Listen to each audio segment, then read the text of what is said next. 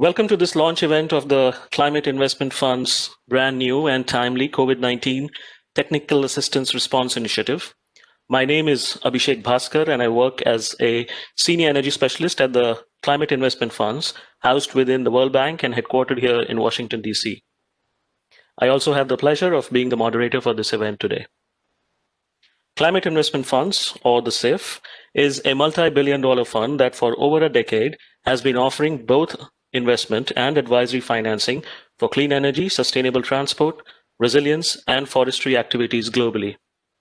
We offer this funding through 6 multilateral development banks, including Asian Development Bank, African Development Bank, European Bank for Reconstruction and Development, Inter-American Development Bank, International Finance Corporation, and the World Bank. In 2019, the CIF launched a dedicated facility that offers technical assistance funding for accelerating low carbon and sustainable development in client countries.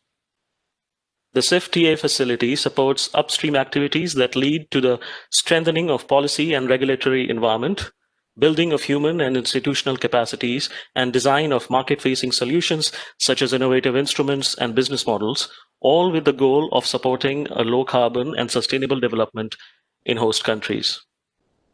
Now, with that short primer about who we are, let's get started. The COVID-19 pandemic continues to leave a long trail of socio-economic and health losses, easily making it once in a lifetime or a generation crisis. We have all heard by now stories of job losses, or worse still, losses of the lives of people either close to us or not too far off from someone we know. Now, I won't go through the data or the figures highlighting how bad the crisis has been. We continue to see that on a daily basis and at an increasingly alarming rate of late. The bottom line is this. Thanks to the ongoing pandemic, we are quickly losing ground on some of the human beings' greatest achievements to date. One of the biggest of which has been about pulling millions of people out of chronic poverty over the past 2 decades. In the meantime, our planet has been getting hotter, and wildfires, hurricanes, and heat waves have only intensified. But while winter is indeed coming, we may just be turning an important corner in our fight against the pandemic, with the first batch of the COVID-19 vaccines being shipped off early this week. For our purposes today, let us pick up the pieces after these initial stages of shock and relief and focus on the upcoming recovery and rebuilding phase. As a certain gentleman once said, never let a good crisis go to waste. Recovery packages must be designed in a way that not only stimulate vulnerable economies, but also accelerate decarbonization. Countries around the world must prioritize and strengthen the enabling environment, or in other words, the robust policies, enhanced human and institutional capacities, and an innovative and flexible toolkit in order to take advantage of this once-in-a-generation opportunity to fundamentally transform our way of life and reduce the risks of climate change. Recent developments give reasons for hope. More than half of the world's emissions are now covered by a net zero emissions pledge or a carbon neutrality target by leaders from more than 70 countries. Global emissions have decreased around 7% this year, the biggest decline recorded in almost 100 years. And even though this may be a temporary blip caused by the pandemic, lower costs of clean energy, technological progress, and enhanced capacity and knowledge have accelerated the transition towards a climate-smart and resilient way of life. Our announcement today, next to the 5th anniversary of the Paris Agreement and along the margins of the Climate Ambition Summit, is another small step towards furthering that effort. We have a number of distinguished speakers here with us today. We have Jason Ives, Executive Director of Vivid Economics, Claire Bernard, Deputy Director General, Planning Institute of Jamaica, Juan Pablo Bonilla, Manager of Climate Change and Sustainable Development at the Inter-American Development Bank, or IDB, Ashufta Alam, Deputy Director of International Climate Finance at UK's Department for Business, Energy and Industrial Strategy, or BEIS, Frank van der Vleuten, Policy Coordinator at Ministry of Foreign Affairs, Netherlands, Daniel Menebi, Program Manager at State Secretariat for Economic Affairs, Switzerland, and finally, Mafalda Duarte, Head of the Climate Investment Funds. Thank you once again for joining us on this early morning in DC, afternoon in Europe, evening in Asia. Please use the drop-down menu in the chat box and find Yu Chao Lu to send in your questions. We will try and get to those during the final Q&A segment of the event. Let me open the discussion now and invite our first speaker. Jason Ice is the Executive Director at Vivid Economics and, among other things, oversees work in finance, energy and industry, cities and infrastructure, and has also led various initiatives on the net zero energy transition. Jason's team is also responsible for Greenness of Stimulus Index, which is an assessment of COVID-19 stimulus by G20 countries and other major economies in relation to their climate goals. His remarks will set the context for the rest of the discussion to follow. Jason, the floor is yours. Thank you very much, Abhishek, and welcome to everyone, whether it be morning, afternoon, or evening in your own time zone. So I'll just spend a few minutes kind of reviewing kind of what our work has done in assessing the experience from COVID and the response measures, and hopefully setting the stage for the discussion to come on the back of it. I think the way probably to start, or the way I'd like to frame it, is to ask a bit about what kind of trajectory we were on before COVID, and how is COVID and the COVID response sort of affecting our expectations of achieving climate goals, and of course achieving those goals in line with what we know to be development goals across the world. I guess before COVID began, we were involved in a broad assessment with the UNPRI to try to understand how policy was going to unfold, and that was done in the naive year of 2019, before we knew of such a thing as COVID. And at the time, there was a lot of expectation that we would see a shift in policy, over the 2020 to 2025 period, where a number of leading countries, with Europe at the head, but also potentially a reformed US and an emerging China, would start to show a sense of direction towards net zero, and we'd see that unfold with more ambitious NDCs and gradually move much of the rest of the world towards more ambitious policy. And the sense was that we were potentially facing a bit of a trajectory in which we could see policy starting to shift. And that wasn't a perfectly rosy assessment of what the future might look like in 2019. It did recognize that there were a number of laggard countries that were going to be slow to move, and that might, be 5 or 10 years behind some of the leaders. But it did point to the idea that we might see an emerging shift over the next 5 years, and there was a sense of possible expectations through things like the COP process through to the various ratchets to 2025. And I guess the interesting thing to think about now in late 2020 is how does the future look differently from what it looked like, say, in late 2019? And I think COVID and the COVID response has meant many things, and it's obviously radically changed a lot of our expectations. I think in terms of COVID itself, it's good to think about how that's shifted. We heard in the introductory remarks that emissions will be quite down this year. Of course, not for the reasons or due to the measures that we might have expected in 2019, but we've seen a big shift. Now, part of that will potentially be temporary as the economies recover, but some of it may have shifted some of our fundamental expectations about economic growth going forward. And that includes things like interesting changes in possible transport and working preferences. I think it also includes a very different forecast for some carbon-intensive sectors, particularly oil and gas, given the extent of the decline in demand and prices that we saw. But it does tell a picture of perhaps a new normal that might look different for climate. And of course, the second thing, which I'll spend the rest of my time talking about, is we're seeing a massive influx of government spending, particularly in the more developed countries, but we'll talk about how that impacts and might unfold for some of the developing countries as well. But we've seen a huge kind of influx of stimulus at kind of unprecedented levels in the 20 plus countries that we looked at, and I'll get to this in a second. We've seen levels of stimulus that have maybe never seen before in history, and that itself is going to have some contribution to how we see things unfold in the near term that we wouldn't have expected a year ago. And in some ways, it doesn't look too different from what we might have thought. So let me pull up a few slides and walk you through what we've seen and what it might mean. So let me quickly get a few visuals. Sorry, just give me 1 second. So where have we? Is my screen visible now? Let me know. Excellent. I think you can see it now. Great. So in broad terms, of course, we've seen stimulus being quite heavily weighted towards the more developed countries, largely, United States, Japan, the EU, and specific European Union as an entity, and specific European countries.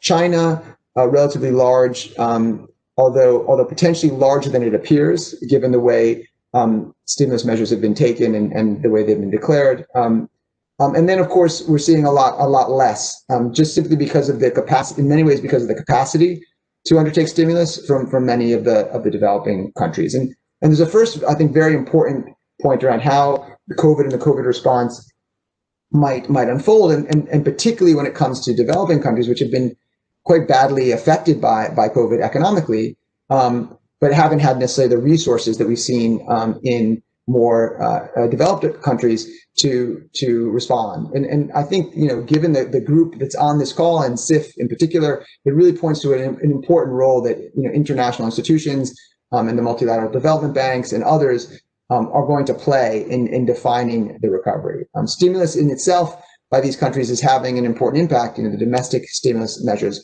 but beyond that, a lot of the nature, the direction and the long run effect of stimulus will be something that I think, partnerships with some of the development institutions globally will have an important role in steering.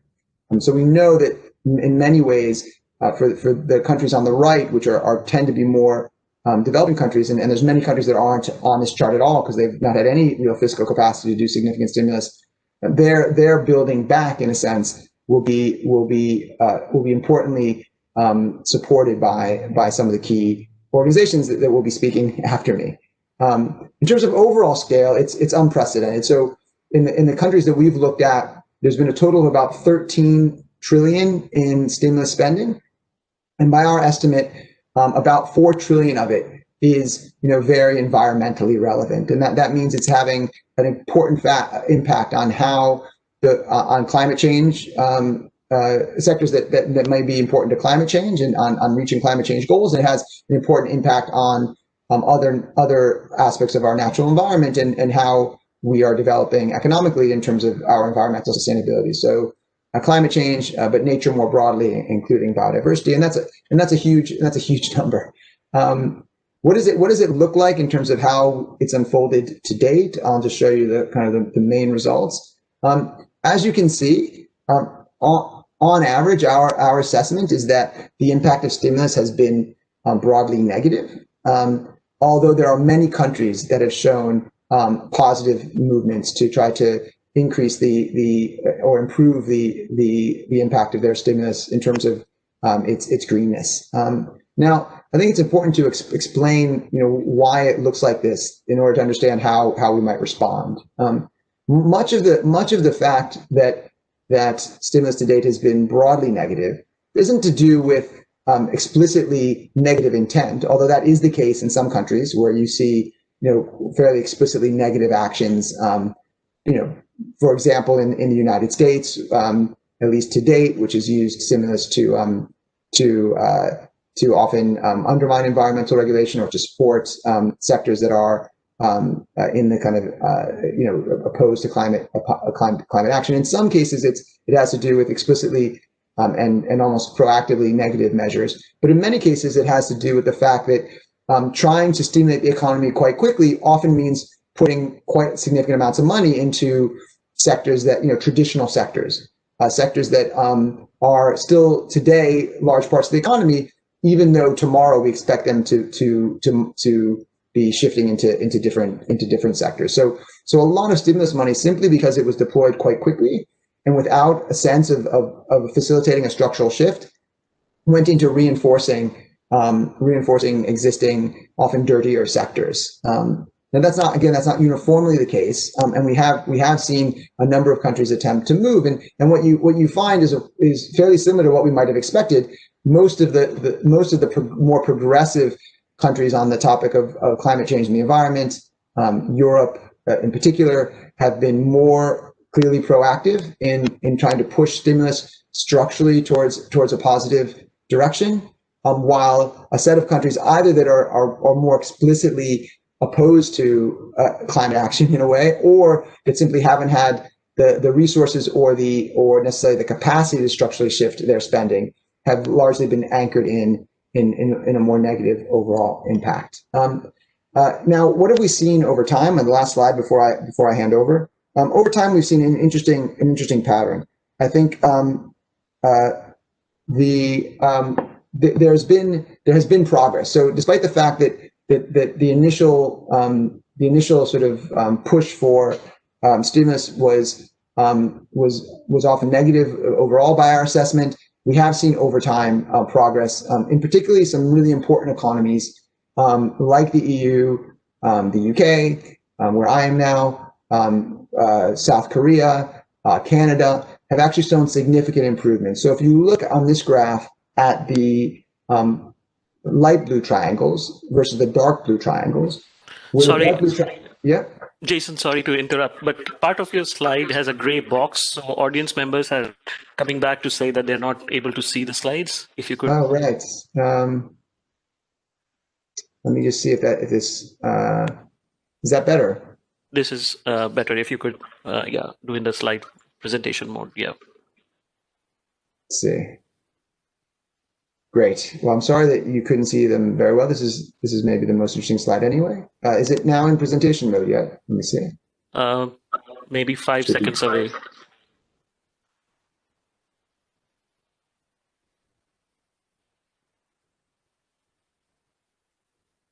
Great. So just can you see it now? Well, is that? It's not still gotten full screen. Still not full screen. Okay. Sorry. Let me just see. Let me see what it says here. So I'll do one last attempt. Okay. I see. I can see the problem from your view. I don't know why it's happening now. Let me stop sharing and reshare again. Let me just see if that helps. Great. Thanks. Sorry about that. Okay. Let me reshare again. Sorry.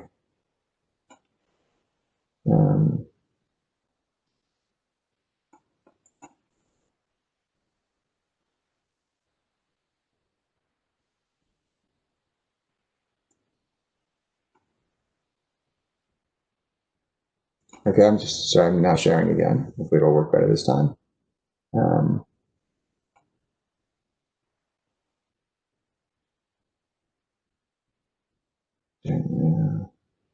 Says, are you still seeing the gray box? Apologies for that. No gray box, but still not in full screen. Yeah. Let me go to full screen, and then if it's great, now it's better. No, or is it still?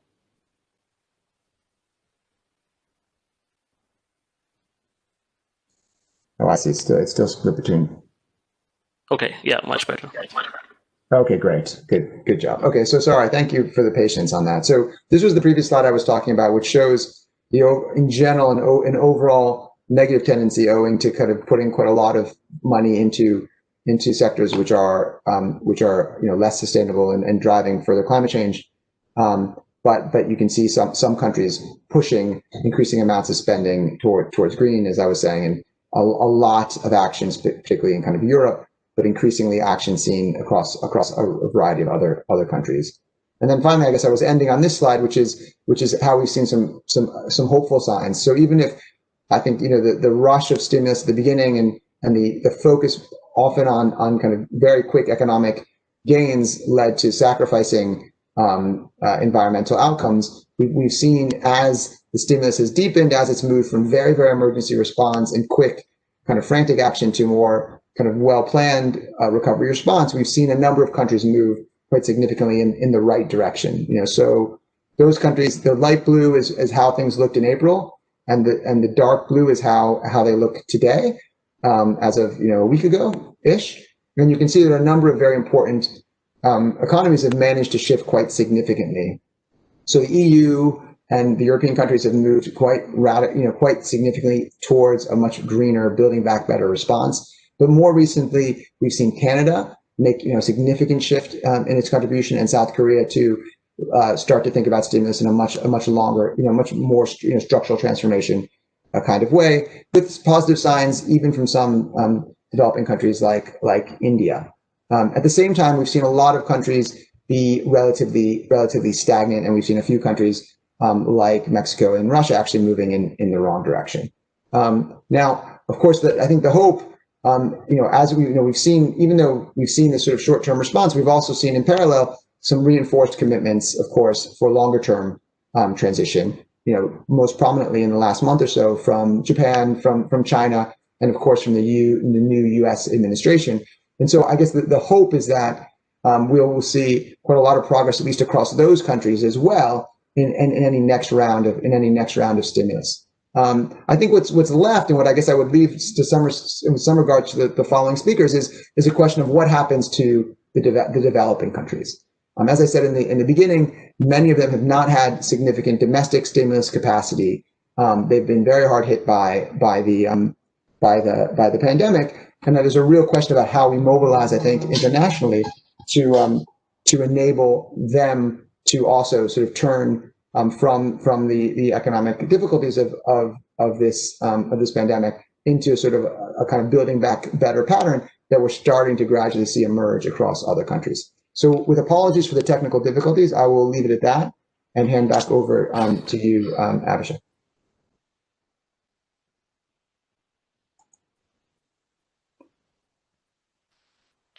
Thank you very much, Jason, and apologies, audience, for the technical glitch. We will make the presentations available on our website. It will be on the event page, so you can access it. Also, the video of this event will also be posted on our YouTube channels, the details of which will again be on our event webpage that you have used for registration. So to keep the ball rolling, thank you, Jason, once again for providing an overview of the effort so far.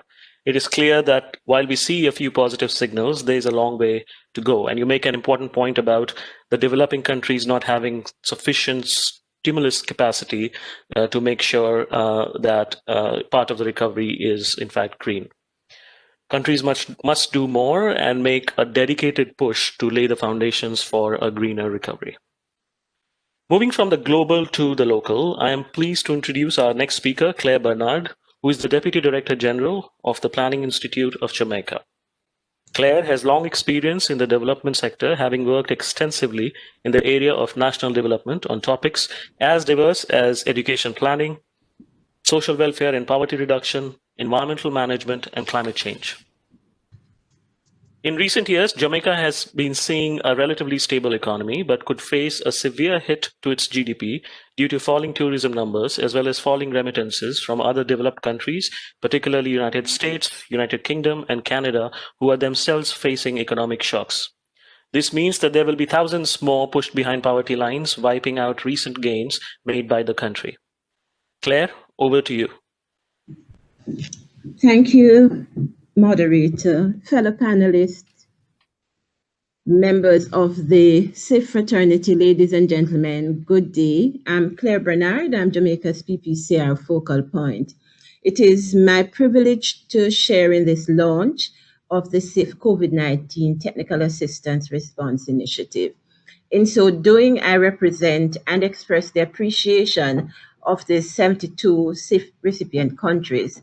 We are indeed appreciative of the introduction of another important and practical input in the toolbox of measures to promote green recovery.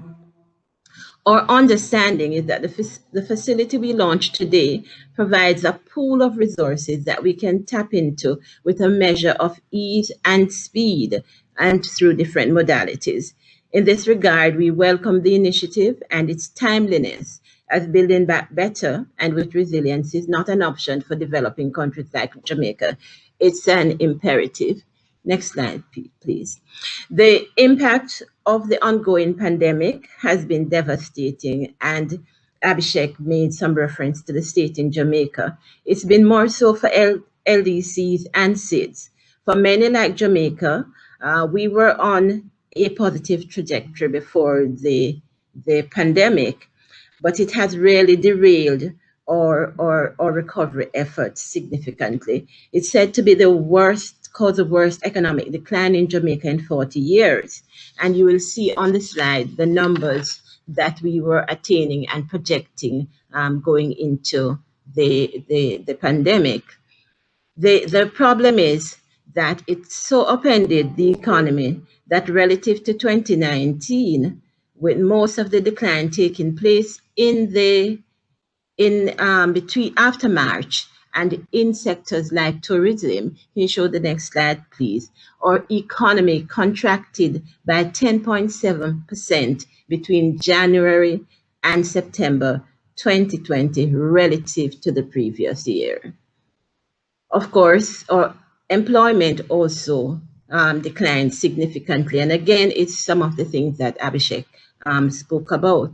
Next slide. We had a 12% decline in employment, and the implications of all of that for families, for poverty, and for our attaining some of our development targets and goals, you can fully understand. So the contraction in output has been accompanied by a decline in revenues, and at the same time, the need for a stimulus or response program to mitigate the fallout. And we were able to provide some kind of stimulus because the economy, as Abhishek said, was really picking up for some time prior to the event. Nonetheless, the revenue to finance our budget for the 2020-21 fiscal year fell by some 80 billion, and we introduced a stimulus package of 40 billion, I think roughly $300 million US. We financed things like tax cuts, waivers, productivity incentives, of course, spending on social protection, and so on. Importantly, all of that effort to kind of stabilize and to respond to the crisis took a significant toll on public sector investment, with the effect that a number of development projects have been scheduled for the next 2 to 3 years have had to be adjusted. Some of them even cancelled. To aid us in the response measures, we went to the IMF. We took a US 520 million rapid loan from the Rapid Response Facility. We suspended fiscal rules. We relaxed our primary surplus target, etc. In short, what has happened to us is that our reform agenda has been significantly delayed, and attainment of some of our targets really shifted. So you can understand the implications going down the road. Jason spoke about the introduction, the use of the Greenness of Stimulus Index. Interestingly, we introduced our stimulus package in April. We're very quick to do it, but we did not use the benefit of tools like the Greenness of Stimulus package. And so we were really just trying to get the economy back on track. We also established an economic recovery task force to lead the recovery process, and it produced its final report in June. Next slide. The report is primarily a medium-term plan with the stated objective of really returning the economy to aggregate economic outputs pre-COVID, and to significantly improve and increase employment within the next 2 to 4 years. An important lesson, I think, that we have learned from the task force report is that, particularly thinking about green recovery and building back better, is that while it's very thorough and an excellent blueprint which speaks to embracing reform with ambition, it really does not sufficiently or explicitly address the issue of green recovery, nor is it, unfortunately, directly aligned to our nationally determined contribution, which was updated and submitted to the UNFCCC around the same time the task force report was launched. I believe that if we were able to tap into the kind of disbursing facility like the response initiative, or if we had access and knew how to use some of the tools like the greenness of stimulus index, our efforts might have been more supportive to the resilience agenda, and the long-term impact would be greater. On the updated NDC, we are looking at significantly increasing our ambition. We have a number of aligned instruments that we are working on, and we believe that there is an opportunity to correct some of the work done by the task force, or rather adjust some of that work and make a greater level of alignment. The next slide, please. So for us, the COVID has really, so I show you that slide to identify our ambition. So COVID-19 has really laid bare and is forcing us to confront some critical gaps in our development framework. Some of the issues highlighted by the task force related to things like the state of agriculture, the implications for food security, and so on going forward. The state of our social infrastructure, the yawning digital divide and its contribution to inequality and all of that. The investment costs to address these issues are really, really huge.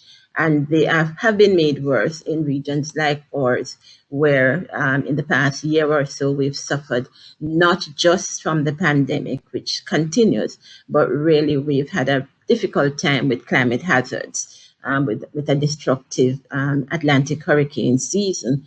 So far, we are looking at cost of damage to our road network and related infrastructure in the order of 3 billion Jamaican dollars.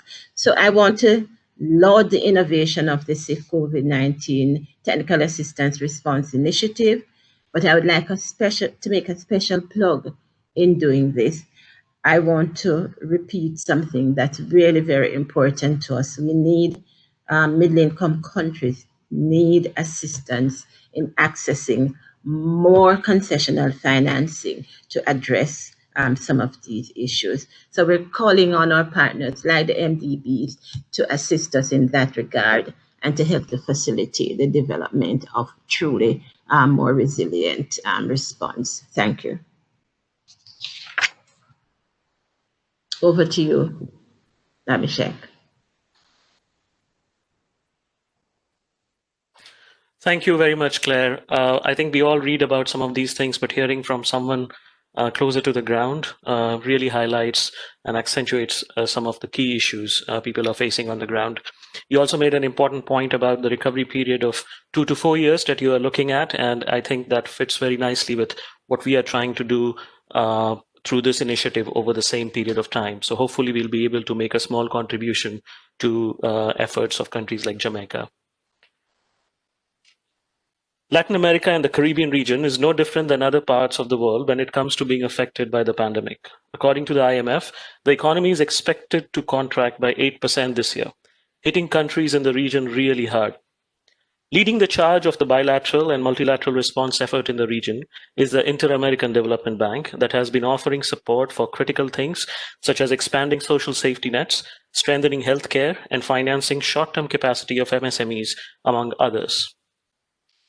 Juan Pablo Bonilla is the manager of Climate Change and Sustainable Development Department at IDB and has a front row seat to the challenges and opportunities in the region. Juan Pablo, can I ask you to come in and offer the floor to you? Thanks. Thank you, Abhishek. Good morning, good afternoon to everybody. And I just would like to also thank Mafalda and the whole team for the CIF for inviting the IDB to be present at this very important event. And I just would like to start by saying that the CIF for us has been a key partner. We have been working with you for more than almost 11 years right now, more than 108 projects already approved by our board with CIF contributions. So I think the role right now in the sustainable recovery is gonna be key. As you mentioned, Abhishek, the situation for lag is critical, and we just listened to Claire. Our region, Latin America and the Caribbean, has less than 9% of the total population worldwide, but we're facing about 30% of the death due to COVID, in addition to the economic numbers that you just showed. And climate is already hitting and showing that the impact on the region. I mean, with the hurricanes in Central America, even in my country, Colombia, for the first time in history, we had hurricanes in the Caribbean part. And for the Caribbean, as Claire said, it's a critical issue also to think about tourism as a recovery path for the future.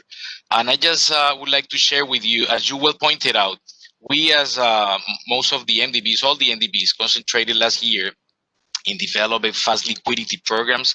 The ADB developed programs not only for liquidity for the ministries of finance, but also, as you said, for the most vulnerable population with non-conditional transfers to SMEs, and of course, to strengthening the health systems of the region.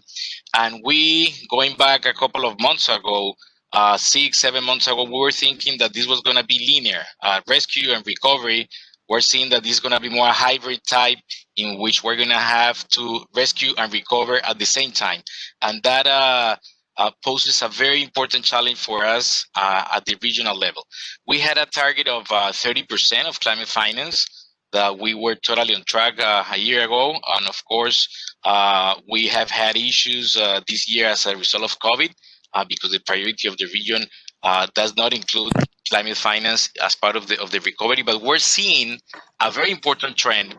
We just approved the action plan of climate change for the bank for the next 5 years, and we're seeing the sustainable recovery path integrated with the economic recovery, with the growth agenda. And there you have different areas of intervention. I think the first one that is very important is sustainable infrastructure, having every day more renewable energy. And by the way, this is a very clean energy matrix. We have a lot of hydros, but we're already facing the impacts of climate on hydros. So I'm seeing the diversification of the energy matrix with every day more renewables also as an adaptation and resiliency measure for the future. Cities, this is a very urban region. We have 80-85% of our population in cities. So the agenda for cities, the role of cities in the recovery, linked with electromobility, which is not minor. Many of our cities, my country is an example, switched to gas for public transportation a long time ago, based on having better local environmental issues. I think the switch and the transition right now to electromobility is going to be key, linked to clean energy, of course, but city recovery. And I see a very important role for the CIF in the future about that. By the way, after this meeting, I'm going to have a meeting with the whole team of the ADB that is working in electromobility in 12 countries on the region. And that's my FALDA program that I would like to share with you in the future, and that will benefit a lot from the technical assistance. I think the importance of this program today is that we are going to be able to have fast resources for project preparation, that I think the role of the MDBs is to maybe match those resources. We have the NDC Invest at the bank to support the NDCs with the NDC Accelerator, that is our project preparation facility for projects linked to the NDCs. Maybe what we could think about is to match the resources that we asked the CIF for the technical assistance with our resources for the pipeline development in the next years for the recovery. And I've talked a lot about cities, but we need to talk about rural areas. Rural development is going to be a key issue. Rural areas have been hit also by COVID and needs to be part of the recovery. We need to talk about sustainable rural development, thinking about rural roads, thinking about agroforestry. We cannot talk in the region about avoiding deforestation or sustainable land use without talking about a comprehensive rural development agenda that needs to include digitalization. I think digitalization will be key for rural areas and for cities development into the future. We thought before COVID about digitalization as a key instrument for productivity, to be more competitive. COVID has shown to us that digitalization is also a mean, an instrument for equity, for equality in the region, and to reduce the gap. And now that we need to do many things virtually. Finally, listening to Claire, for the Caribbean region, we need to think in a different path, how to recover tourism, how to recover the different countries of the Caribbean, as she pointed out, with the resiliency components in the beginning. And this also applies to Central America, seeing the impact that we just saw in the different countries of the region with the latest hurricanes. We need to build back better. We need to support our countries a lot in resiliency and in a sustainable way to design the recovery for the future. And that's where I see the connection with nature-based solutions and with biodiversity. Our board approved to have a mainstreaming action plan for biodiversity linked with climate. That's what the Natural Capital and Biodiversity Lab of the bank is going to start doing. We have small programs to start testing. Claire, one of the key programs is in Jamaica, is a blue carbon program that we're doing with the support of the UK. We're already thinking that mangroves could be also not only an issue to recover in terms of resiliency, but also employment generation. And that's where we have learned a lot from the social area during COVID. In terms of the safety nets that we're developing for COVID, should be maybe the safety nets of the future to respond to disasters, and could also be, when we talk about kind transfers to social issues, to health, to environment, we need to start thinking about kind transfers, non-conditional and conditional, for example, to rural areas in the region, but also to forestation, to mangroves and mangrove conservation in the Caribbean. So to end, I'm very positive, as always, that we're going to have an opportunity for a sustainable recovery, but we need fast resources, and I'm talking about concessional resources, technical assistance resources, to be blended in a faster way with the operation that we're going to do in the coming years. So I congratulate the CIF for this technical assistance facility, but as I mentioned, we need to team. And that's why I'm proposing to maybe have matching resources from us to advance in this agenda for the future. Thank you, Mafalda. Thank you, Abhishek, and thanks to everybody. Thank you, Juan Pablo, for your intervention. We couldn't agree more, and we have always supported and appreciated, and we continue to appreciate IDB's collaboration and engagement with the CIFs over the years. While a lot is already happening, there's a clear need for action on the ground, like you mentioned, in order to support the most vulnerable and identify opportunities to build back better. A dedicated effort is required to make sure that the limited public resources are used in a strategic and targeted manner in order to expand capital available, create jobs, and foster innovation. Moving from the needs on the ground to action on the ground, something we are trying to achieve through the COVID-19 Tier Response Initiative. For this next segment, it is my privilege to invite our 3 donor countries to make official statements marking their contributions to this initiative. I would like to start with Ashufta Alam, Deputy Director of International Climate Finance at UK's Department for Business, Energy and Industrial Strategy, to make an official statement. Ashufta, over to you. Thank you, Abhishek. Good morning, good afternoon, and good evening, old friends and new. It's a pleasure to be here.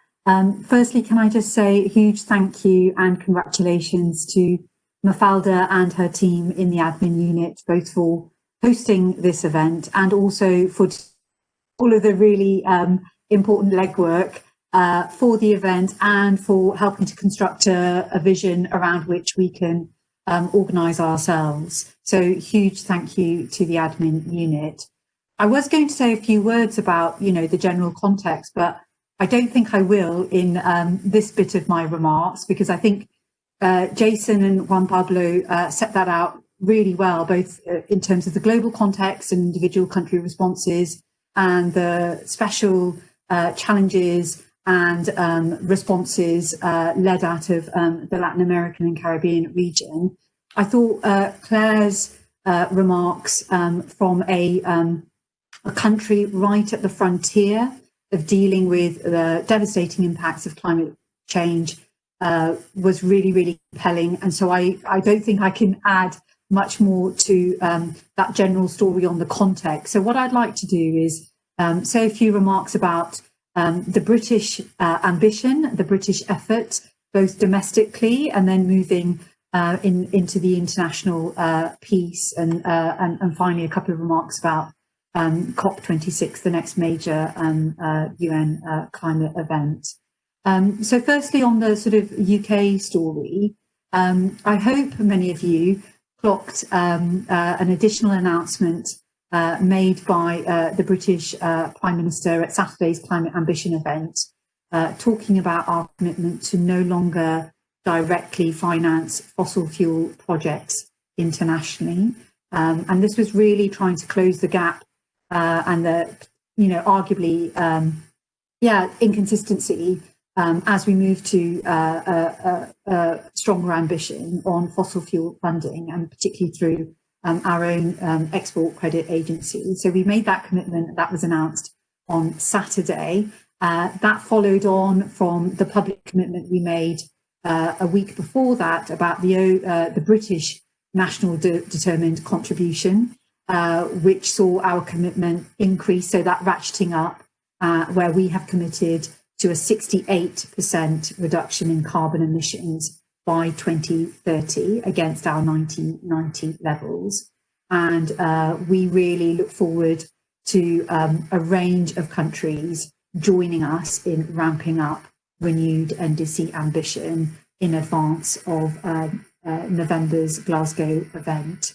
Those recent announcements built off a commitment we made more than a year ago with the first G7 economy to commit by law to net zero by 2050.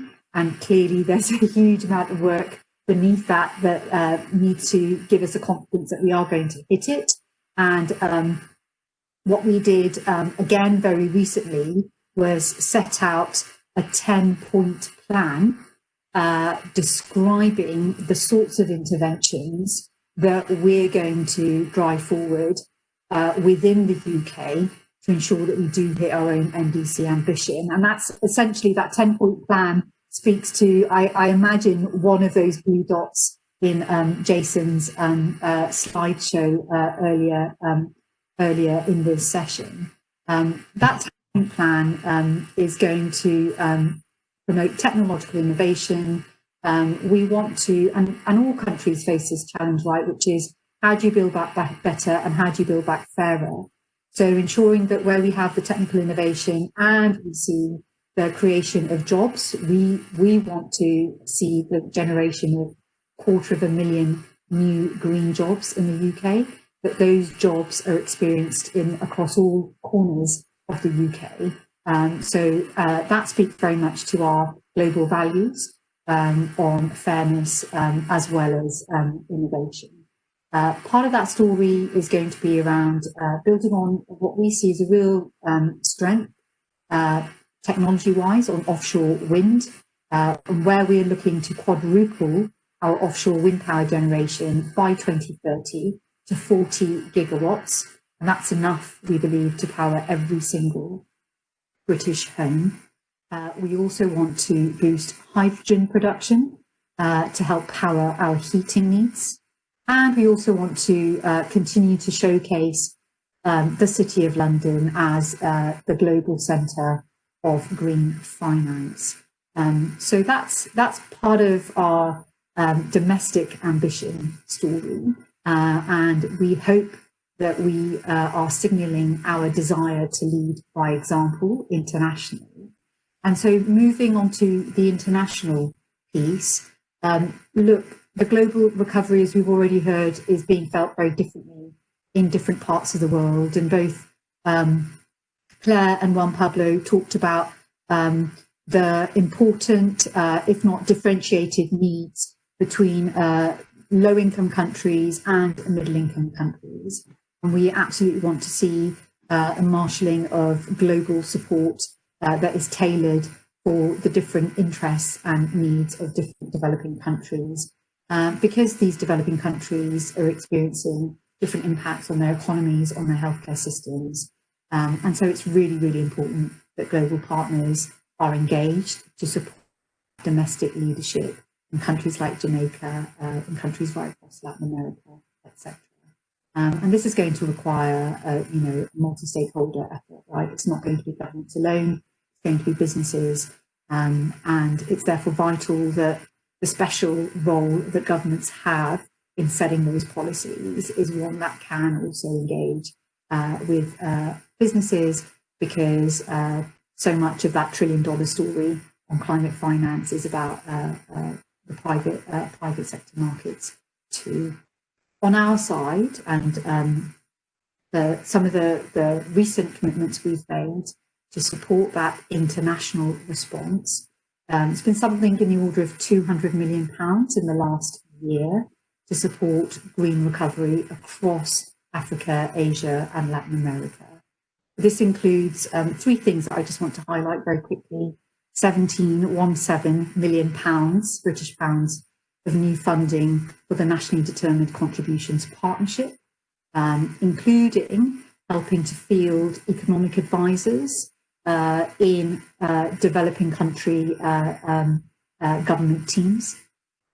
£63 million to the NAMA Facility Special Initiative to help rebuild sustainable and resilient economies, and £12 million to an entirely bilateral UK initiative called the UK Pact Recovery Fund to help countries accelerate their low carbon transition. So that just gives a flavour of the sorts of things that we've been busy with in recognition of the huge opportunities through our partnerships and in support of the leadership of developing countries. And with that, I'm delighted to be able to confirm today that following the Climate Ambition Summit on Saturday, that we will add to the support I've just outlined by contributing £10 million in grant resource to this CIF's COVID-19 response window. The CIFs and their MDB partners have a major role in helping to overcome some of the green recovery challenges. And this really builds on the convening power we believe the CIFs has, and the incredible expertise and the balance sheets, of course, of the MDBs to support developing countries' efforts, build back better and greener by supporting actions for a green inclusive recovery in the short term, by speeding up the transition to a low emissions pathway over the longer term, and by encouraging private sector finance flows towards transformational climate change projects. And then finally, just a few words on COP26. Look, as we head into the last few months of really, ratcheting up our global effort in order to secure really high ambition at COP26, the UK remains as committed as ever to demonstrating its active support for enhanced nationally determined contributions, for long-term climate strategies, and for a global green recovery. We believe that by investing now to reduce our emissions, build resilience, and adapt to climate change, we can create jobs and generate growth. And only by coming together can we build a zero carbon, climate resilient future that is essential for our people and our planet. With that, thank you very much, and back to you, Abhishek. Thank you very much. Thank you very much, Ashufta, for those remarks. We have always and continue to appreciate the UK partnership over this, and in particular in this context, in setting up this together with the Dutch and the Swiss contributions. Moving on, can I invite Frank van der Vleuten, Policy Coordinator at Ministry of Foreign Affairs, Netherlands, to make remarks. Frank, the floor is yours. Yeah, thank you, Abhishek, and good morning, good afternoon to everybody. I hope you're all in good health and you're finding a way to get through this crisis. We just had last night our Prime Minister announce a new period of 5 weeks of hard lockdown because the virus was again spiraling out of control here. So we completely realize that we're in the midst of the crisis, and looking ahead, looking towards recovery may feel a bit premature. There's a crisis to be tackled, but at the same time, we cannot start early enough to look at what comes after the crisis. So yeah, I wanted to say a few words about why I'm here, what drives me in this discussion. And I think just before the COVID crisis kicked in, we were really working on the SDG agenda, wanting it to move into the decade of action, where we were really ready to start sprinting towards, let's say, 2030 to get our final targets, our goals in. I was particularly worried about the lack of progress on certain topics like access to clean cooking, for instance, where we feel things should have moved much quicker. And suddenly comes in this crisis. We now know from, for instance, this Poverty and Shared Prosperity report, and that the crisis itself could put 100 million people really pushed into extreme poverty this year alone. And we also know that on the horizon, there's this risk of 132 million people more to fall into poverty due to the effects of climate change. So we are in an incredibly challenging situation with multiple crises that we have to face.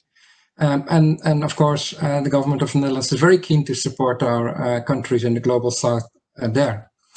Second point I wanted to mention is like many of you, I was looking at the Climate Ambition Summit last Saturday, which was, I think, a great show. And I would like to congratulate the United Kingdom on the summit and the way it was organized. And I think it was really good to see a coalition forming for carbon neutrality by 2050, which is already 30 years from now. So that's around the corner. And of course, the commitments to 68% emission reduction from the EU side, 55% emission reduction by 2030, which is already 10 years from now. So an incredible challenge we have. But at the same time, I was wondering, what does it mean looking at that from the current crisis? In my view, we really have an urgent task, and the urgent task is to do things differently. We need to build a future-proof economy which is much more resilient than our current economy. So how do we do that? I think that's the question. This is not a long-term question, something which we can work on over the coming 10, 20, 30 years. No, it's about taking the right decisions now in the Netherlands, in Europe, in the global south. The choices we will make now in this period, how to get out of the crisis, will resonate for decades. So that was the reason for my minister, and together with ministers from Denmark, France, Germany, Spain, Sweden, and the European Commission, to issue a joint statement during the annual meetings of the World Bank and IMF on the need to pursue green and inclusive recovery. It was also the reason why we're happy to announce a contribution of $10 million to the facility that we're launching today. So it's really about turning our ambition into action. And I think, Abhishek, you put that very right.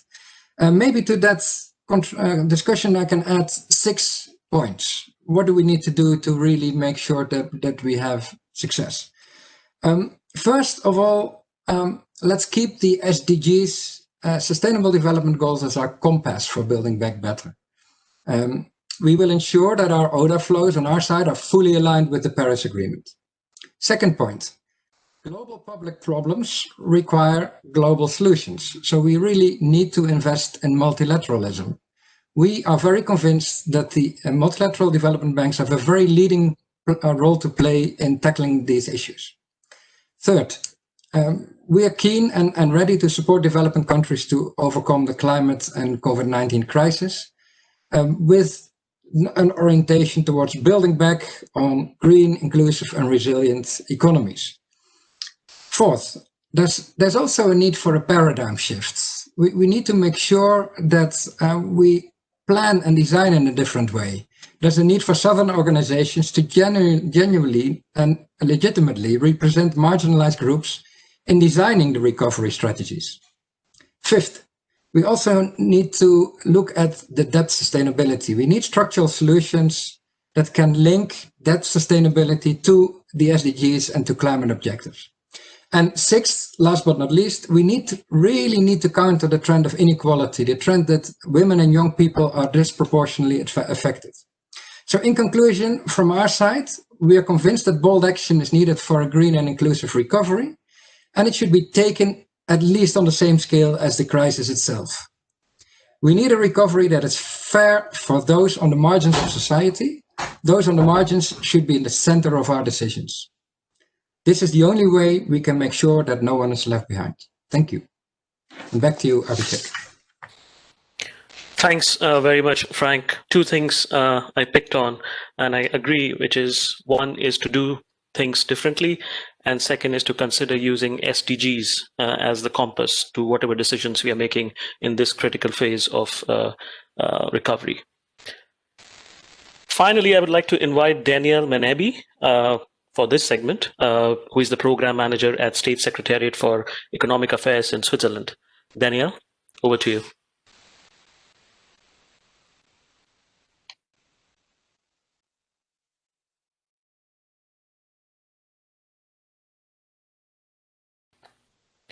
Danielle, we can't see or hear you. I don't know if you are on mute or if it's just my hardware. Now, do you see me? Yeah, much better. Okay. Please go ahead. Sorry. So I was thanking you for giving me the word and thanking CIF administration unit to organize this launch, and in particular also to have set up this interesting initiative. Good morning, good afternoon, everybody. My colleagues from UK and Netherlands have already said most of what can be said from our sides. So I will make my statement shorter, also in relation to our more modest contribution, which is in line with our more modest size. As a member of the Paris Agreement, Switzerland emphasizes on the importance and urgency of a transition of the world to low-carbon economic and social development in lieu of addressing the huge challenges of climate change. As research has shown, the transition to low-carbon development bears the promise of stronger economic growth and the creation of more and better jobs than business as usual. Moreover, investments in resilience are particularly beneficial as the best insurance against future disasters, notably those expected from global warming. The COVID-19 pandemic has caused economic and social disruption in many countries, with the least developed, low-income and emerging economies being particularly hit.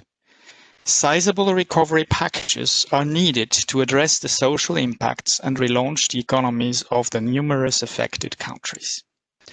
To further avoid distress which is likely to result from the impacts of climate change if the objectives of the Paris agreements are not met and global warming goes on unhindered, it is of key importance that COVID-19 recovery packages are aligned with these objectives and contribute to reducing greenhouse gas emissions and climate distress. Orienting COVID-19 recovery packages towards low carbon and climate resilient development is thus an opportunity no country should be deprived from seizing. We recognize that to do so, emerging economies, low-income and least developed countries urgently need to address information and knowledge gaps to adjust their policies, regulations and practices and to mobilize public and private investments. Therefore, Switzerland welcomes the COVID-19 Technical Assistance Response Initiative for green and climate resilient recovery of the climate investment funds and supports it with an amount of 3 million Swiss francs. So as you see, a shorter statement and a more modest contribution, but we hope and genuinely think that this will make a difference in the next few years. Critical years, we know Mafalda Duarte of the Climate Investment Funds has said it over and over again. We have an opportunity window which is closing fast, and we have to seize it with all possible means, and the CIF COVID TA response is one of these means we support. Thank you, everybody.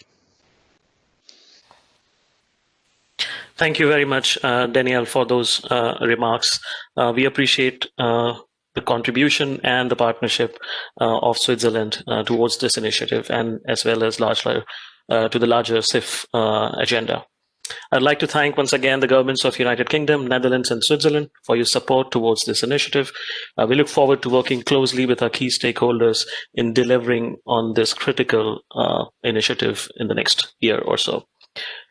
Last but not least, I would like to invite Mafalda Duarte, who is the head of the Climate Investment Funds, to make closing remarks. Mafalda has been a leading climate voice, building a career at the intersection of international development and climate action, having worked at the World Bank, the African Development Bank, and now leading the CIFs over the past 6 years. She has been on the front lines of mobilizing climate action on the ground, working closely with a range of key stakeholders, including client and donor countries, multilateral development banks, private sector, civil society, among others. Mafalda, the floor is yours. Thank you very much, Abhishek. Now you surprised me with with that introduction.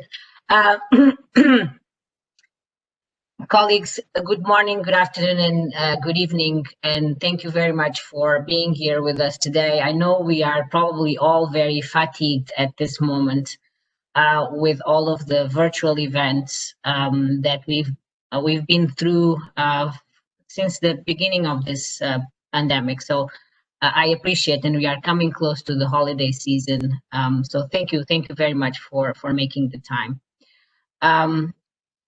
And I hope as well, like my colleagues have said, and so many of the speakers, that you are all doing well amongst this crisis, which doesn't seem to be getting better in many countries, unfortunately. Let me also thank our esteemed speakers, Jason, Claire, Shufta, Frank, and Daniel for your excellent interventions and making such critical points, and for being willing to be here with us. And Juan Pablo, I forgot now, Juan Pablo, you as well. I was actually thanking you in the chat, and now I was going to miss you. So thank you very much.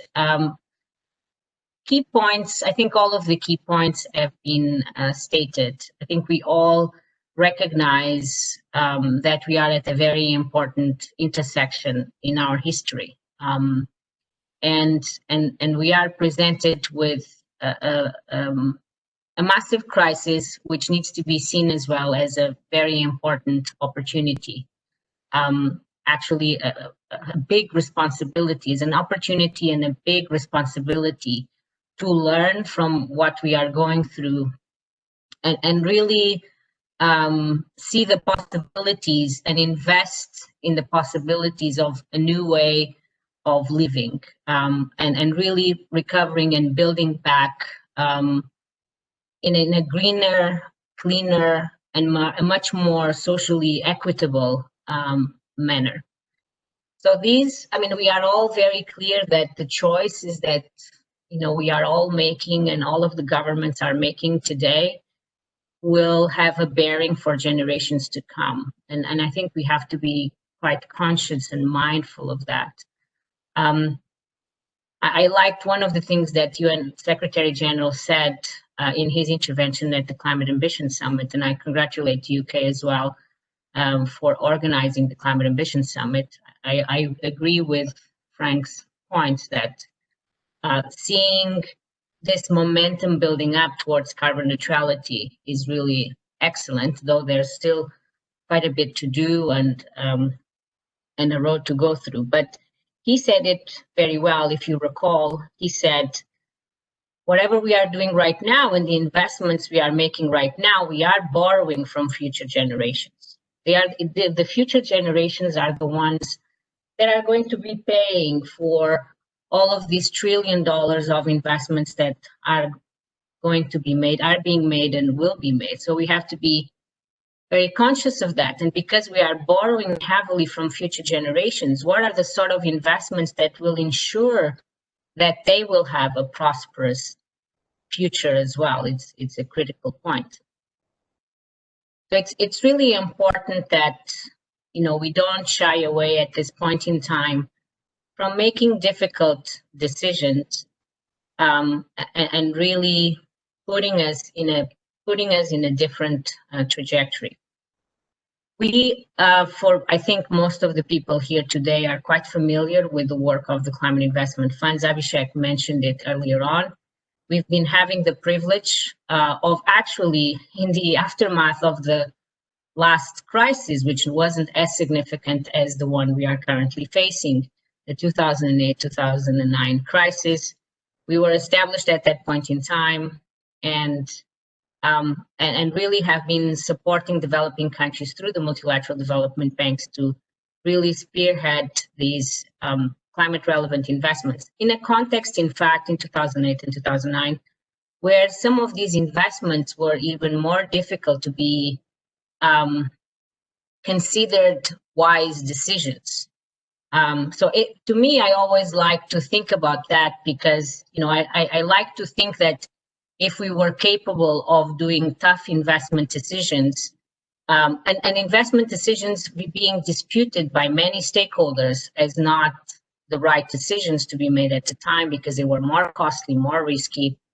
If we were capable of doing that, we are certainly should be capable of doing the same with even a higher level of ambition right now.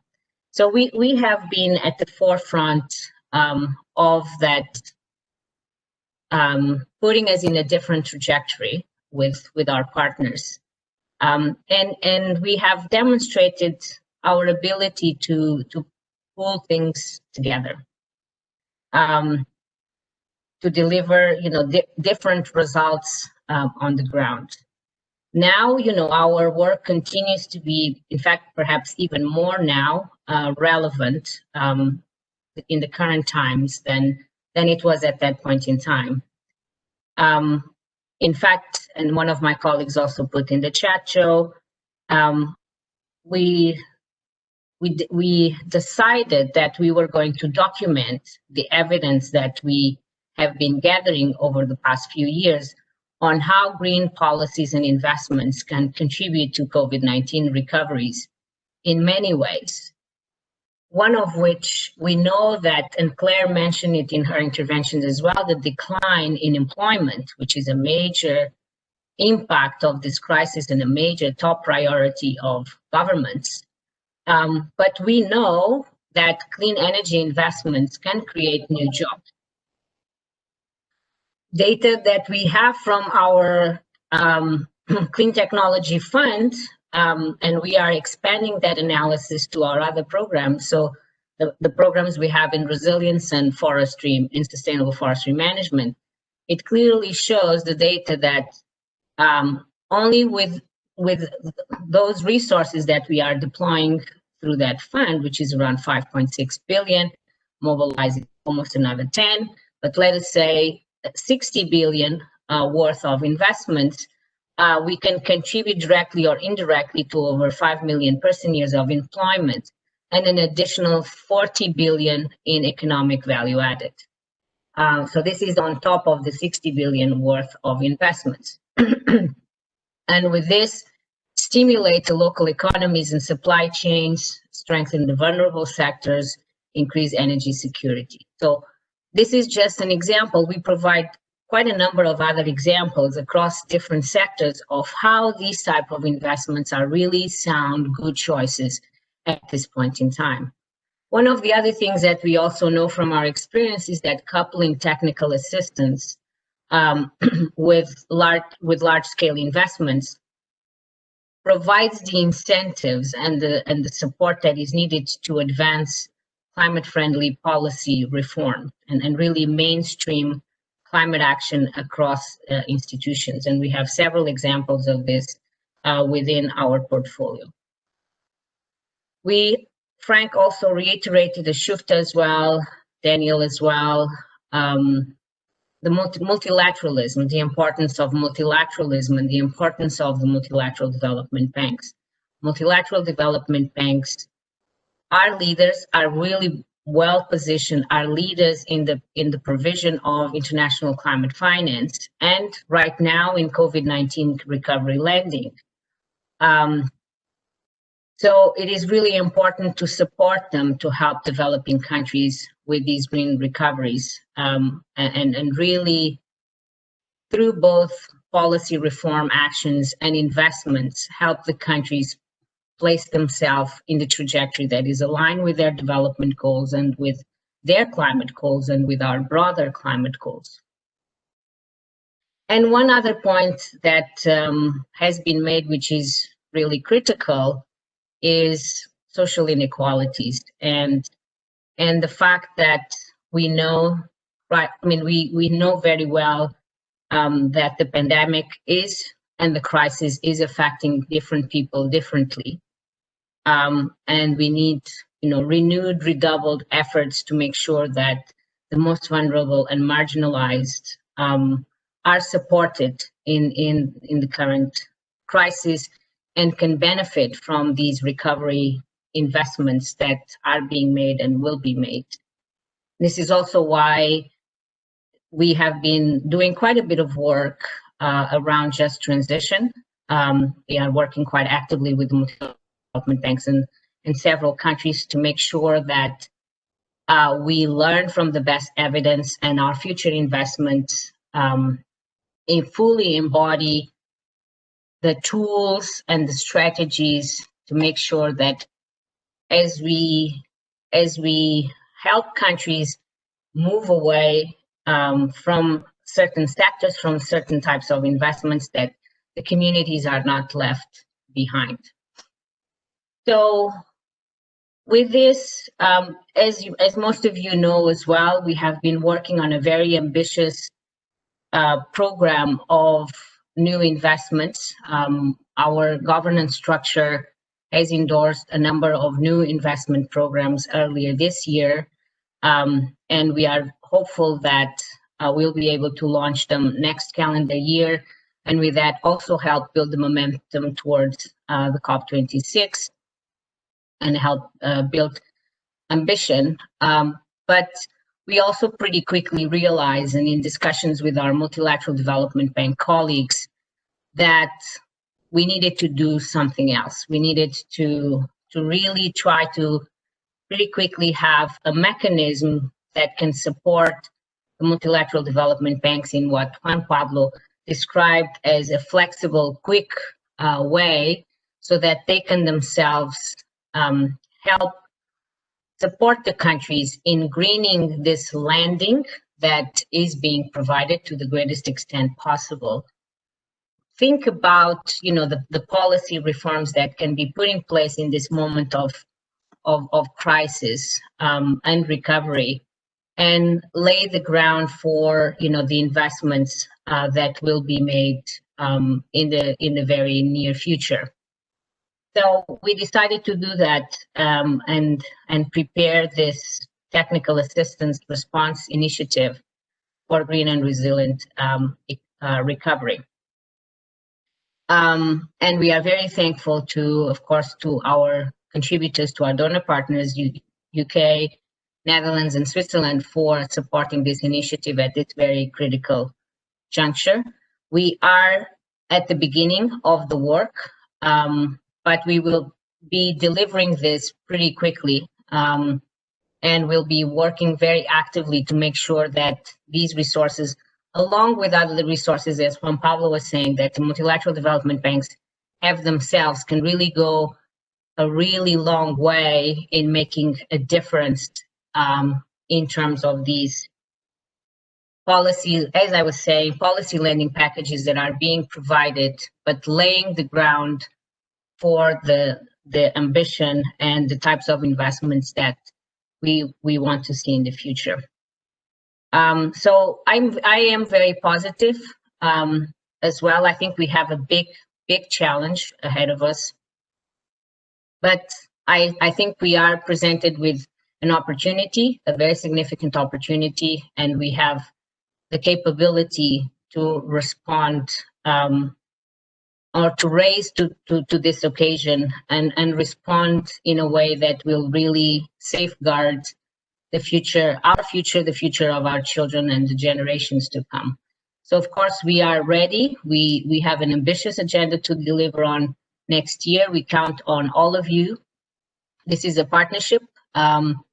This is what we represent, is a very solid partnership of many stakeholders coming together and delivering on the ground. So we are very much ready to build on our experience and work with all of you and really deliver this facility and our new set of investment programs starting next year.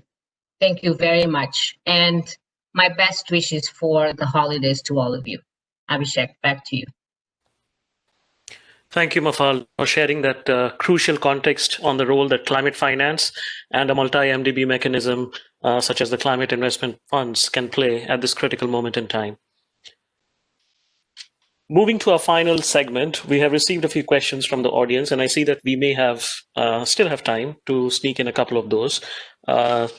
So if I can invite Juan Pablo for the first question during this segment.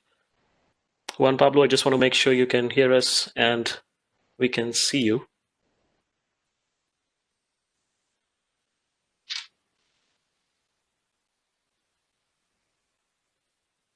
Abhishek. Hi. Great. So the question we have for you is, how can countries take the opportunity to decarbonize some of the high energy intensive sectors like industries under the pressures of COVID? Abhishek, as I mentioned, I think part of the agenda should be that decarbonization and resiliency are part of the recovery, and we need to be wise enough to see also not only the economic benefits but also the health benefits. In the country, in our region, we have countries like Costa Rica that is advancing very fast with the decarbonization plan. We even had a study about the employment generation that they can have as part of the decarbonization plan. Shufta mentioned Colombia. Colombia just mentioned high ambition as part of their NDC with the support of the UK. It's a very good example of how they are moving forward with renewables, with a new law in electromobility.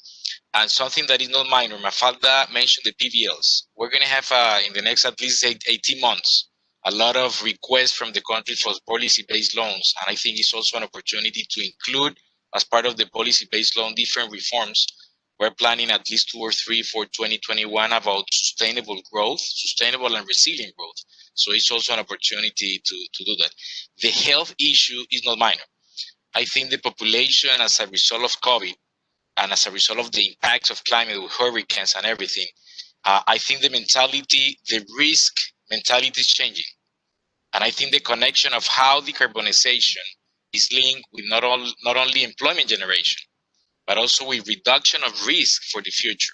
And the issue of health, again, electromobility is a very good example in cities, how by doing electromobility, you are also supporting the health and the quality of life of the population, and quantify that in the decision making is the way forward. And in the Caribbean, again, as Claire mentioned, we have, I think, an opportunity and challenge at the same time to rethink tourism and economic growth of the Caribbean countries, and also making the link of decarbonization, but at the same time, resiliency and nature-based solutions as part of this. Thank you very much, Juan Pablo.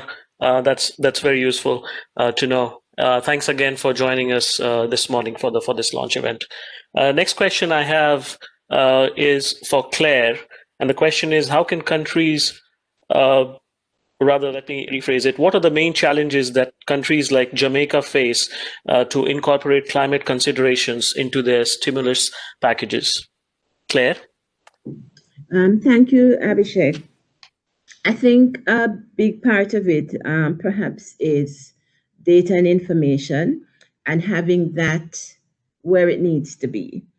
So we've been doing quite a bit of work in terms of facilitating the projections and so on, but I'm not sure that we're sufficiently using this information in the planning process. And I think we as policy planners, we have to find a way to get policymakers to embrace the use of that kind of information a little bit more. I think perhaps also the lack of integrated planning, in a sense, particularly when you're trying to respond to crisis. we need to work on some of those things. So the information, the approach to planning, and perhaps that I heard, I think it was Juan Pablo talking about legislation and so on. Perhaps it's time for us to look at having a kind of comprehensive climate change legislation that will help to force our hands in some of these areas. Thank you. Thank you very much, Claire. I think those two are very important points to remember: information and the role of integrated planning in making sure that at the sector and country level, the green recovery elements are incorporated. Let me ask one last question. I see we have maybe a minute and a half remaining. I'm not sure if Jason, you're connected. If you could come on the screen, just so I know you are there. Jason?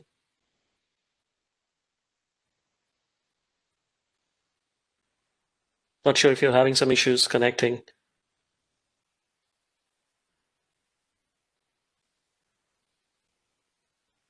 All right. Since we are in the final minute, why don't we bring this to a close? Looks like Jason may be having trouble connecting for this last bit. Thank you once again for joining us at the launch event today. Please feel free to reach out to us in case of any questions at www.climateinvestmentfunds.org. And we'll be happy to continue this conversation further on other social media channels as well. It has been a very enriching discussion. I personally learned a lot, and I'm sure the audience members also learned a bit, hearing from the decision makers, the policy makers who are closer to the ground, the North, the South, the developed, the developing, on this very important topic. So thank you once again for joining for us for this launch event today. Stay safe and stay well. Thank you.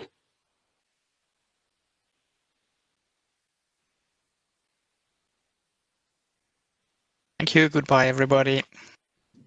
Thank you. Goodbye. Thank you, everybody. Thank you, Claire. Thank you, Daniel. Thank you, Franca Shufta. Happy holidays to everybody. Happy holidays. Thank you.